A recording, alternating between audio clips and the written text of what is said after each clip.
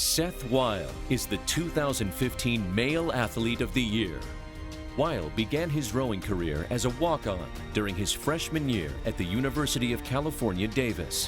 When his eligibility ended at Davis, he continued to train and worked to become an elite-level rower. Seth exemplifies how patience and determination breed success in rowing.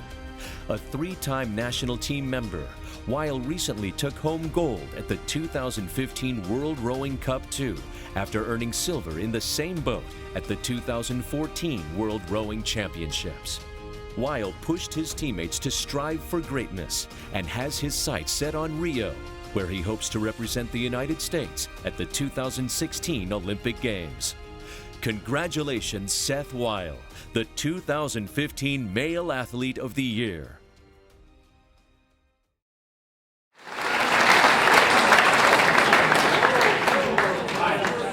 Hi, my name is Mike Gennaro. I'm here to present Seth with this award. Some of you might know him as the Bearded Californian. So I first met Seth in 2013, and it was kind of a unique experience because I like to think the rowing world is pretty small, and I didn't know anything about Seth. I didn't know who he was, didn't know where he was from, and I thought that was unusual but unique. And I had the opportunity to race with him in our straight four in 2013, 2014, and our first international race that year in Lucerne. We were following the Henrik Rummel special race plan where we move at the 750, move at the 1250. Henrik does it all the time, tells everybody about it. Sometimes knowing about it kind of makes it even harder to stop. But Seth and I are taking the oars down to the dock, and he comes up to me and he says, Mike, I'm going to take care of the move at the 750. You take care of the move at the 1250. Let's do our job and get out of here. And I was super nervous about stroking and steering and just not looking like an idiot out there. And we come off the line and the field's level, and we come to the point in the move, and Grant gets ready to call the move, and it was just something that I'll never forget in my rowing career. I mean, it was absolutely electric. And I know that Grant and Henrik were doing their part, but what Seth had said to me was so fresh in my mind, it felt like he was moving the boat himself.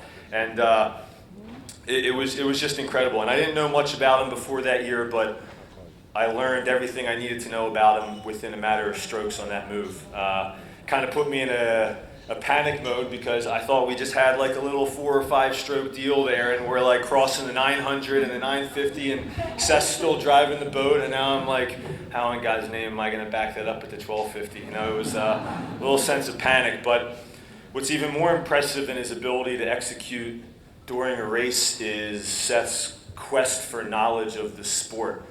He's always asking the right questions, and he wants to know how and why, and even more importantly, why not, like why you can't do things. And this curiosity that he has is contagious, and it's something that makes all of us at our men's training center better, and it's something that we're all extremely grateful for. So Seth, on behalf of the men's team, it is a privilege to be your teammate, and it's an honor to call you our friend.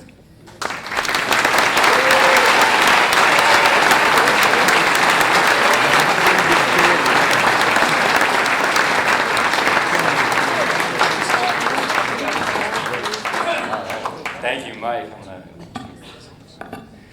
All right, and thanks to everyone for coming. Embarrassingly, this is my first Golden Oars event, and it's a tremendous celebration, actually. So big thanks to US Rowing, the NRF, and the New York Athletic Club for hosting it. I never actually even imagined being here, let alone receiving this award. And so I'm indebted to a ton of people for making that happen. Between now and when I started rowing, I actually never had an opportunity to reflect on sort of this whole journey, like what it meant to me, or especially the whole process as a whole, because we're always in it every day, just trying to think of the next practice.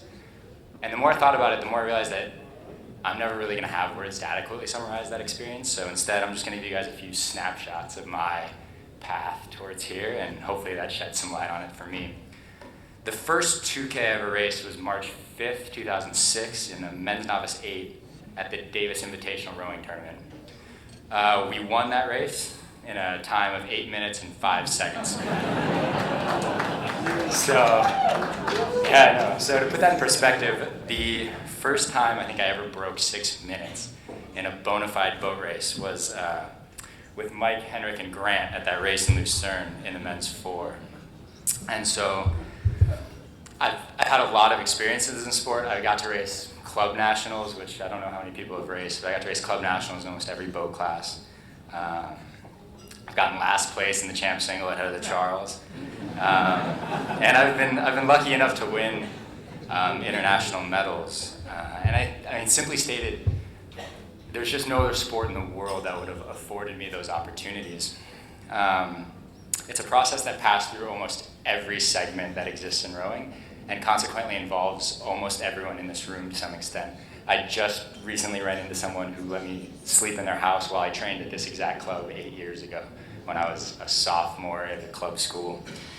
So to say that I'm grateful is a colossal understatement. First and foremost, I need to thank the NRF. It sounds kind of like a platitude at this point, but the simple fact is that I, along with many other athletes, just would not be able to do this without their support. They allow us to compete against much more comprehensively funded nations and win. So they really do deserve an incredible amount of credit for any success that we have.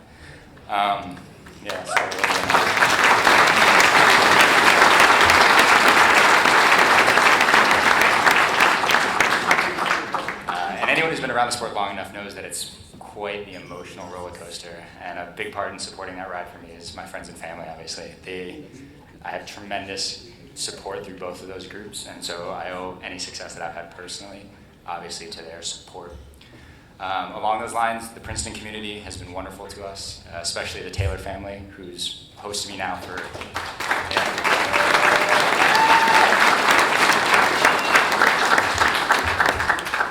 They've hosted me for now, this will be like the 4th year, and that's a pretty incredible thing to invite someone into your home and have them live with you for 4 years, so I'm forever grateful for their hospitality and their friendship.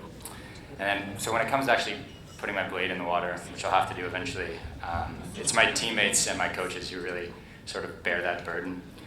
And I firmly believe that I will only be as good as the knowledge that's imparted upon me, and so I'm very grateful to have some of the best in that regard. From college at Davis to all the clubs, the New York Athletic Club to GMS to Carlos Denaris up in Washington, and of course to Luke and Volpe, who have overseen my entire tenure on the national team.